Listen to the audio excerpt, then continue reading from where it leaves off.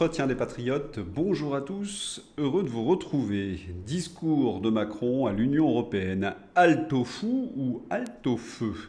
Covid, Ukraine, les mêmes hommes pour les mêmes méthodes. Avant de répondre à ces deux questions et traiter d'autres sujets d'actualité, vous connaissez la coutume sur cette chaîne, je commence toujours mon entretien par remercier ceux qui m'ont permis justement de le produire car ils m'ont financé à l'aide des merci rémunérateurs. Et aujourd'hui sont à l'honneur des fidèles parmi les fidèles, Rambard, L'Abeille, Francis, Bernard Carré, Crisis, ce cher Philippe Bohen, cette chère Anicée, Béatrice Brun et Dom. Merci à eux du fond du cœur. Et puis je tenais à vous remercier pour votre soutien inconditionnel. Oui, il faut aider la réinformation. Comment faire? C'est simple, il suffit de lever le petit pouce, écrire de gentils messages et diffuser sur d'autres réseaux sociaux. Merci à tous. On va revenir sur l'allocution d'Emmanuel Macron à la télévision française. Pascal Praud. Hier, Donald Trump disait que Vladimir Poutine était prêt pour la paix, pendant qu'Emmanuel Macron affirmait qu'il était prêt, lui, pour la guerre. Cette position très martiale était seulement destinée aux Français. À Bruxelles, Emmanuel Macron va adopter un autre ton. Oui, jeudi, les 27 se sont réunis lors d'un Conseil européen extraordinaire. En marge de ce Conseil, Macron a rencontré Zelensky. Zelensky a rencontré Macron à Bruxelles. Le président ukrainien a remercié Macron pour sa position claire et de principe en faveur de l'Ukraine. Ils ont discuté de la réunion prévue le 11 mars au niveau des représentants militaires des pays désireux de renforcer leurs efforts pour garantir une sécurité fiable dans le contexte de la fin de cette guerre.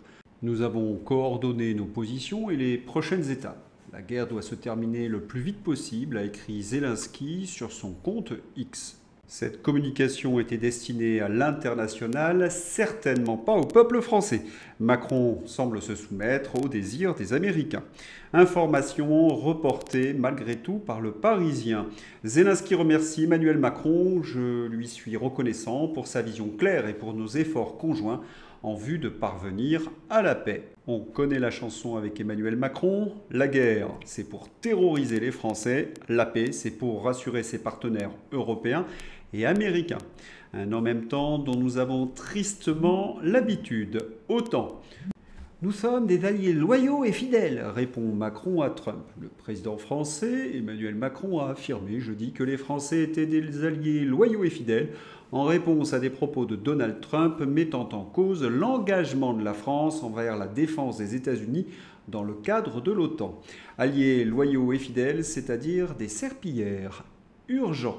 Rodolphe Saadé, soutien de Macron, à la tête de CMA-CGM et propriétaire de BFM, a révélé un projet d'investissement de 20 milliards de dollars aux États-Unis, accompagné de la création de 10 000 emplois. L'annonce a été faite en présence de Donald Trump. Les investissements et les emplois, c'est pour les Américains comme nos bijoux technologiques.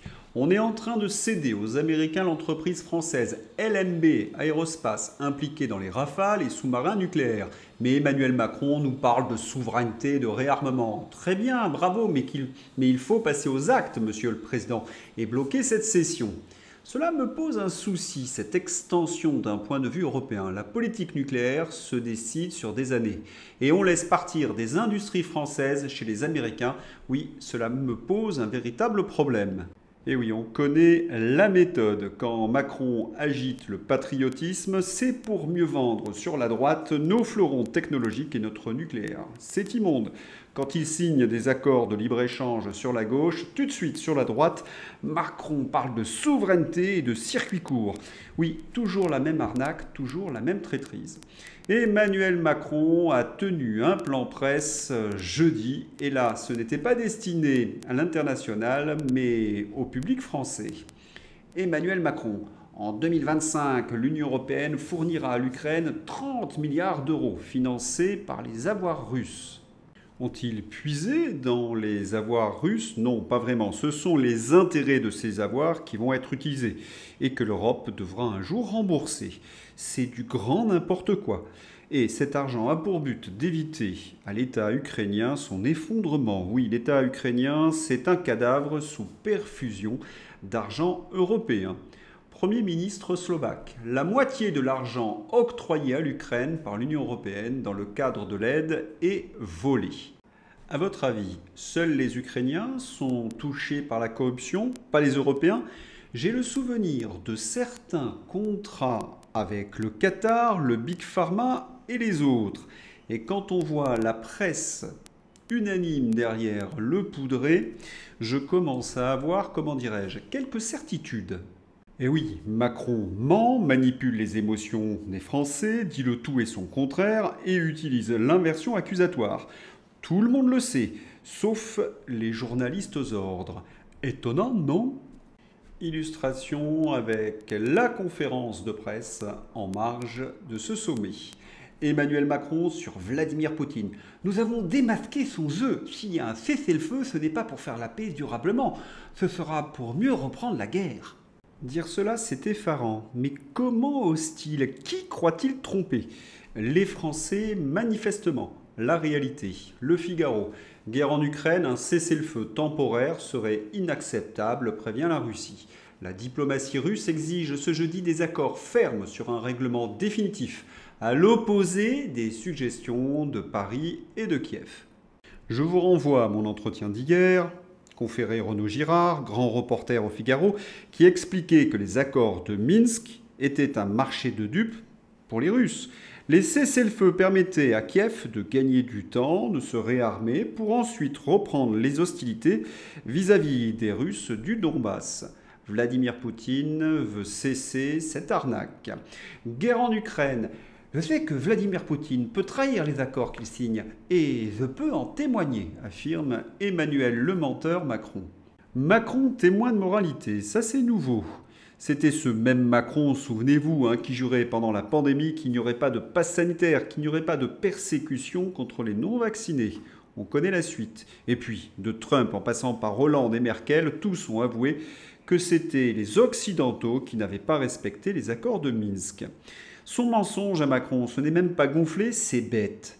Macron affirme également que la Russie est une menace existentielle pour l'Europe. Eh bien, regardons cette carte de plus près.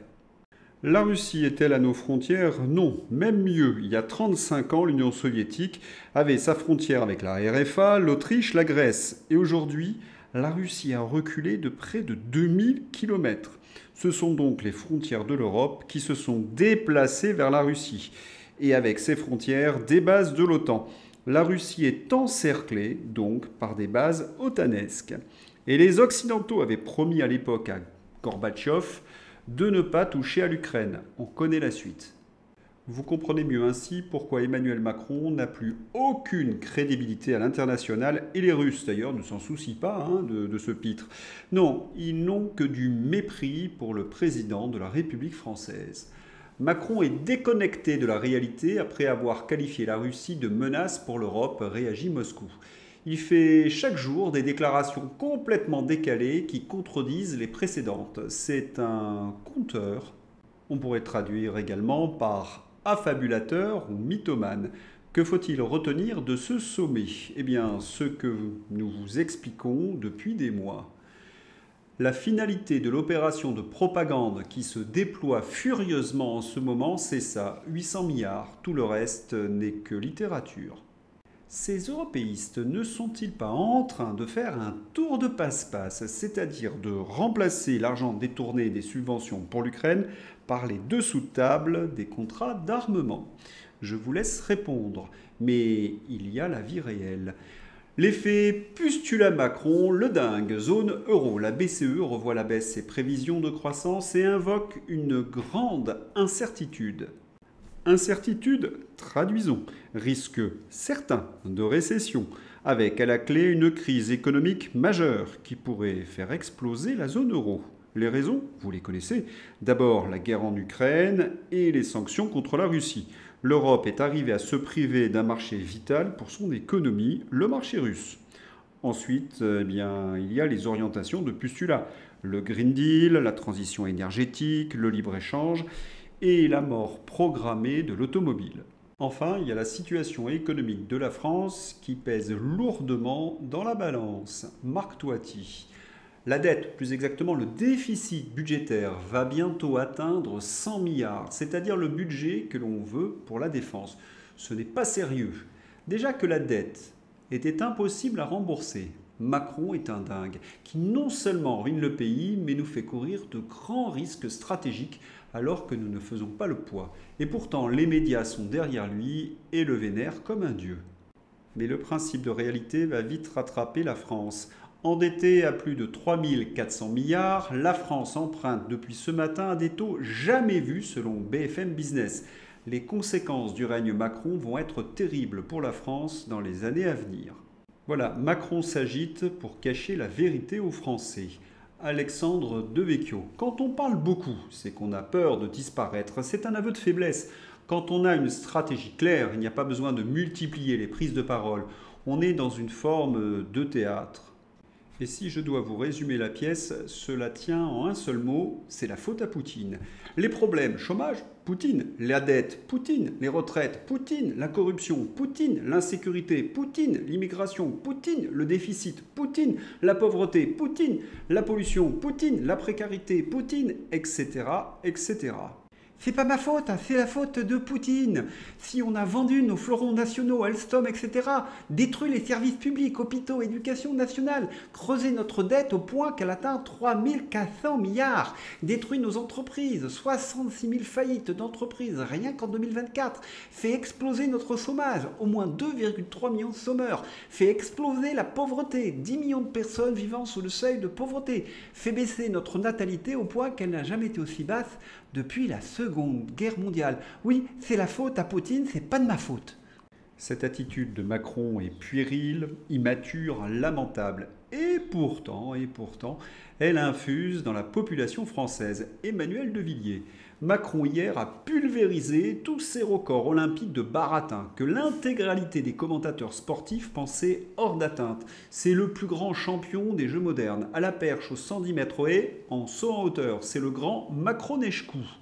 Au moment où le président Zelensky, sous la pression des Américains, accepte d'engager des négociations pour la paix, le président Macron, inventant une menace russe sur l'Occident, les pays de l'OTAN, la France, nous invite à nous préparer à une guerre inéluctable. Halte aux fous. Mais Macron n'est pas tout seul, il y a tous les supplétifs qui font le sale boulot du service après-vente. Ces journalistes d'ailleurs savent très bien que si Macron tombe, ils n'en ont plus pour très longtemps. Alors, ils reprennent le narratif de l'Élysée, les mêmes méthodes, la même ingénierie sociale que durant le Covid pour soutenir Emmanuel Macron.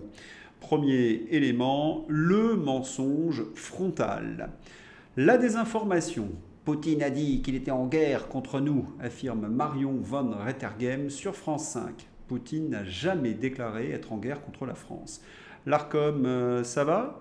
D'ailleurs, que font-ils à l'Arcom? Ils dorment parce que sur LCU, c'est hallucinant tous les soirs. Sergueï Girnov, le faux espion du KGB, remet en cause la victoire de l'URSS contre le nazisme. Même Louis Sarkozy et le présentateur, Darius Rochebin, sont obligés d'intervenir tant c'était énorme. C'est vraiment un retour vers le futur. La menace russe me rappelle furieusement la menace du virus. Même formule, même mensonge. Et puis on nous explique quelque temps après que le pchout protège de la transmission. Après les mensonges frontaux, il y a bien évidemment la diabolisation. Complotistes! Oui, tous ceux qui ne croient pas à ces mensonges sont des complotistes. Paradoxe. Et c'est reparti. Complotistes étaient ceux qui dénonçaient l'hystérie sanitaire de la Macronie. Complotistes sont ceux qui dénoncent aujourd'hui son hystérie guerrière. Contredire le discours officiel est aussi périlleux en France que dans certains pays. Et c'est parti pour les trolls macronistes. Vincent Lothar. Qui n'a pas apprécié le discours de Macron en défense à l'Ukraine? Les pro-Trump, les pro-Poutine, l'extrême droite, la France insoumise, le PCF et quelques élus ELV. Non, tous ceux qui ont un cerveau et qui s'en servent. Cette diabolisation et cette hystérisation du débat permettent de vous culpabiliser. Vous n'êtes plus dans la norme. C'est comme cela qu'on fabrique des rhinocéros selon Ionesco. Les rhinocéros, chez le dramaturge, est la métaphore du fascisme. Oui, la fabrique de l'opinion. 52% des Français interrogés ont été convaincus par l'intervention du président. la manipulation de masse pour les nuls. Quand les médias annoncent qu'un sondage révèle que les Français sont favorables à ceci ou favorables à cela, il s'agit en réalité de formater votre esprit et de vous conditionner afin que vous acceptiez l'idée dont le sondage parle. Vous reconnaissez les méthodes utilisées pendant le Covid.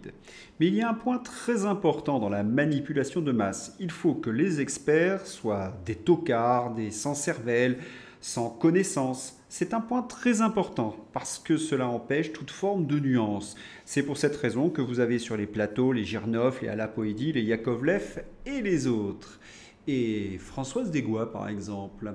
Je pensais vraiment que c'était un gag. Bah non, le chef de la diplomatie américaine, Marco Rubio, a bien une croix sur le front pour marquer le début du carême. C'est ma boule. Je ne sais pas quoi dire. Nous vivons en France, fille aînée de l'Église, et une femme de 60 ans n'a visiblement jamais croisé un front ceint de cendres du mercredi du même nom. Mais Françoise Desgois, comment pouvez-vous même vous dire journaliste, qui est un métier d'information, et ne pas connaître cette tradition chrétienne d'entrer dans le carême? Par ailleurs, je vous rappelle que les États-Unis jurent sur la Bible. Il est temps de changer ce personnel qui a trop servi comme l'eau des fleurs. Mais cette même Françoise Desgois trouverait tout à fait normal et très contemporain les dérives du wokisme. Et puis, ces journalistes servent Emmanuel Macron un petit souvenir. Le Pen et ses amis, ils seront réfugiés au château de Montretout, mais ce sont vous et vos enfants qui iront la faire. La même guerre qui en a fait tomber tant et tant. Alors ne cédons pas à cela. Alors ils ne passeront pas. Alors moi je n'en veux pas. Alors que toutes celles et ceux qui aujourd'hui ont décidé d'être les somnambules du 21e siècle, honte à eux. Nous sommes debout, nous sommes en marche et nous irons au bout avec responsabilité. Mais je veux autre chose avec vous pour mon pays. Mais pas ça, pas ça, pas ça. On ne s'étonne pas qu'il y ait des Girnoff à la télévision française après une telle séquence. Et donc, le Poudré a accusé le RN en 2017 de la guerre qu'il souhaite en 2025. C'est fascinant. Tiens, et le Rassemblement national dans tout cela? On avait bien interprété son tweet d'hier soir. Bardella est bien d'accord avec Emmanuel Macron. Marine Le Pen ne dit rien. Beaucoup comme moi ont fait barrage contre Macron en 2017, 2022, 2024. Pour ce résultat, on s'en souviendra. Et là, on se dit que vivement que Richard Ferrand rende son verdict sur Marine Le Pen, parce que le Rassemblement national fait peine à voir. Heureusement, dans la vie politique française, il y a des leaders qui se battent pour les Français. Florian Philippot, face à Macron 20h et sa folie guerrière, le devoir d'y être. Toutes les forces de paix doivent se mobiliser. Macron ne mourra pas pour l'Ukraine. Manifestation nationale samedi 8 mars à Paris. Rendez-vous 14h, place du Palais Royal, départ 15h. Il y a également Philippe Murer. Macron le dingue, la menace russe est là et touche les pays d'Europe. Nous sommes vraiment dans un pays où la caste devient folle et dangereuse. Il va falloir les dégager d'urgence et réveiller d'urgence les voisins. Nicolas Dupont-Aignan, allocution d'Emmanuel Macron. On nage en pleine folie. J'ai été consterné de l'instrumentalisation de la peur, affirme Nicolas Dupont-Aignan. Et bien entendu, François Asselineau. Réaction officielle du gouvernement russe au discours guerrier d'Emmanuel Macron. Ce communiqué répond posément que Macron feint de s'inquiéter des garanties de sécurité pour l'Ukraine, mais jamais pour la Russie, laquelle est pourtant encerclée par des bases militaires de l'OTAN. Et il faut également ajouter Hervé Morin, dont j'ai parlé hier, et les frères De Villiers, j'y reviens dans un instant. Insécurité en France, image impressionnante de la fusillade cette nuit dans la cité de l'Europe à Aulnay-sous-Bois. Une personne est morte et une autre a été grièvement blessée. 15 à 30 coups de feu ont été tirés. Mais n'oubliez pas, la plus grande menace, c'est la Russie. Philippe de Villiers. Emmanuel Macron, en ne voulant pas renoncer unilatéralement aux accords de 1968, envoie comme un signal à Tebboune. Ne vous inquiétez pas, il ne se passera rien. J'adresse un message chaleureux et affectueux aux Vendéens de Beauvau. Barrez-vous! Le Vendéen en question, c'est Bruno Retailleau. GPA et Olivia Morel. Olivia Morel, les femmes à GPA existent car la GPA est légale et pseudo-encadrée dans les pays qui l'autorisent. Il est temps d'abolir cette infamie. Il y a peu, 100 femmes ont été transférées de Thaïlande vers une ferme en Géorgie.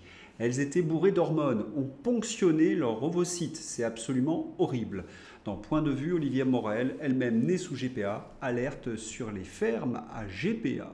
CNews, j'ai constitué un petit groupe d'enfants nés par GPA. Ce sont des enfants qui sont traumatisés à vie, qui souffrent de dépression.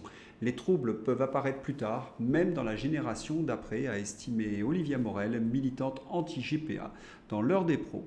Enfin, dans le Figaro, le directeur général de Biotexcom en Ukraine, à l'origine de la promotion Black Friday pour la GPA, dit lui-même ne pas connaître une seule mère porteuse qui fasse cela par gentillesse. Là-bas, c'est le plateau tournant du trafic d'êtres humains, alerte Olivia Morel dans Point de vue. Bravo à Olivia Morel pour son courageux combat. Zelensky va-t-il être renversé ? Le Figaro. L'administration Trump aurait engagé des discussions avec l'opposition ukrainienne sur la tenue d'une élection présidentielle. Selon le journal Politico, 4 membres de haut rang de l'entourage du président américain ont eu des discussions secrètes avec certains des principaux opposants politiques à Zelensky. Oui, cela sent la fin de règne pour Zelensky. C'est l'heure d'ouvrir la page fantasy. Nous en savons un peu plus sur la dispute entre Donald Trump et Zelensky. Si vous voulez que je joue du piano, oh non, non, non, non, par pitié, Emmanuel Macron, Russie et Algérie. Mœurs de macroniste. Entre Bayrou et Beaune, une passation de devoir. Je ne savais pas qu'on pouvait organiser une cérémonie de passation pour un emploi fictif. Un classique. Il a essayé de critiquer le système actuel avec lucidité et intelligence, et ce sans violence, tout en conservant son optimisme et l'amour de la vie. Carême, Brigitte Macron, bien évidemment. Moi aussi, je pratique le jeûne. Elle est bien bonne. Vladimir Poutine a comparé Napoléon à Macron. Réaction du cercle Aristote. Poutine est un peu indécent. On ne compare pas Napoléon et Macron. Voilà, c'est tout pour aujourd'hui. J'espère que vous avez apprécié cet entretien. Je vous souhaite un excellent week-end. À bientôt. Au revoir.